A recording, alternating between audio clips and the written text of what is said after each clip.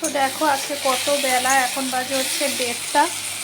আমি একটু মাছের ঝাল করছি, ভাত করেছি, আর এই যে ডালটা সেদ্ধ করেছি সাতলাবো। চলো তোমাদের একটু ঘরটা দেখিয়ে দিই।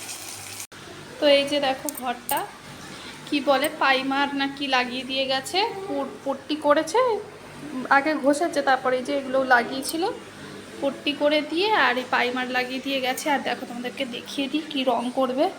এই যে দেখো পিঙ্ক কালার, আমার যেন পিঙ্ক কালার পিছন ছাড়ছে না। দেখো পিঙ্ক কালার এই যে রেখে দিয়ে গেছে গুলে, তো কালকে পিঙ্ক কালার করে দেবে ঘরটা। কিরম লাগবে কি জানি। তো এখন আমার স্নান হয়নি, পাটি পাটি অবস্থা লাগছে।